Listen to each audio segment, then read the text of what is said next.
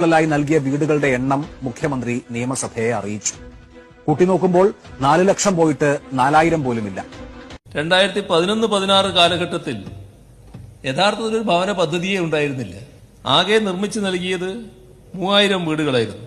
കഴിഞ്ഞ 8 വർഷക്കാലം എടുത്താൽ 4,27,736 വീടുകൾ നിർമ്മിച്ചു നൽകിയിട്ടുണ്ട്.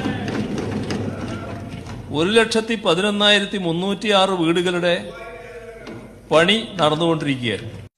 ഇതാണ് ഈ സർക്കാരിന്റെ ലക്ഷ്യം. ഞങ്ങളെ ആക്രമിക്കുന്നവരുണ്ടാവും, വിമർശിക്കുന്നവരുണ്ടാവും. അവരാ വഴിക്ക് പോവുക എന്നുള്ളത് മാത്രമേ ഉള്ളൂ. അതൊന്നും ഞങ്ങളെ ബാധിക്കുന്ന കാര്യമല്ല. ഞങ്ങളെ ബാധിക്കുന്ന കാര്യം ഈ നാടിന്റെ പ്രശ്നങ്ങളാണ്. ഈ നാടിന്റെ പ്രശ്നങ്ങൾ പരിഹരിക്കുന്നതിന് ചുമതലയേറ്റവരാണ് ഞങ്ങൾ.